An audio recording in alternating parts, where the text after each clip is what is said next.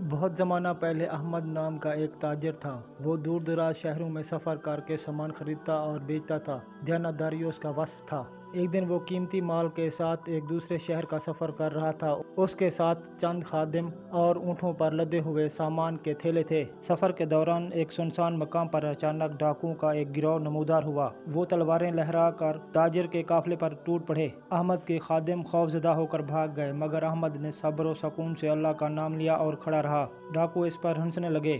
سردار ڈاکو نے آگے بڑھ کر کہا، اپنی جان بچانی ہے تو سارا مال ہمارے حوالے کر دے۔ احمد نے نرمی سے کہا، مال تم لے سکتے ہو مگر ایک درخواست ہے۔ سردار نے حیران ہو کر پوچھا، کیا درخواست ہے؟ احمد نے کہا، مجھے 2 رکعت نماز ادا کرنے دو، پھر جو چاہو کرو۔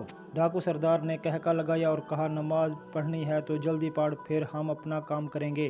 احمد نے وضو کیا اور خشوع و خضوع سے نماز میں مصروف ہو گیا۔ نماز کے دوران احمد نے دل کی گہرائی سے دعا کی، یا اللہ تو ہی میرا حافظ ہے، مجھے اپنی رحمت سے بچا لے، میں تجھ پر توکل کرتا ہوں۔ نماز سے فارغ ہوتے ہی اچانک دور سے گھڑ سوار کی آہٹ سنائی دی۔ تھوڑی ہی دیر میں سفید گھوڑے پر سوار ایک نوجوان تلوار لہراتا ہوا پہنچا۔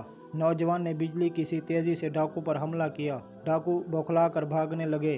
چند ہی لمحوں میں سارا قافلہ آزاد ہو گیا۔ احمد نے حیرت سے اس سوار کی طرف دیکھا اور پوچھا، اے اللہ کے بندے تو کون ہے اور اتنے وقت میں کیسے آ پہنچا؟ نوجوان نے کہا، میں اللہ کا بندہ ہوں، میں اپنے شہر میں تھا کہ مجھے خواب میں آواز آئی، میرے ایک بندے کو مدد کی ضرورت ہے، جا اس کی مدد کر۔ چنانچہ میں فوراً روانہ ہو گیا۔ احمد کی آنکھوں میں آنسو آ گئے۔ وہ سمجھ گیا کہ اللہ نے اس کی سچی دعا قبول کی اور اسے بچا لیا۔ وہ سجدے میں گر کر اللہ کا شکر ادا کرنے لگا۔ اس واقعے کے بعد احمد نے فیصلہ کیا کہ اپنی تجارت کے ساتھ ساتھ لوگوں کو اللہ پر توکل اور دعا کی طاقت کے بارے میں بھی بتائے گا۔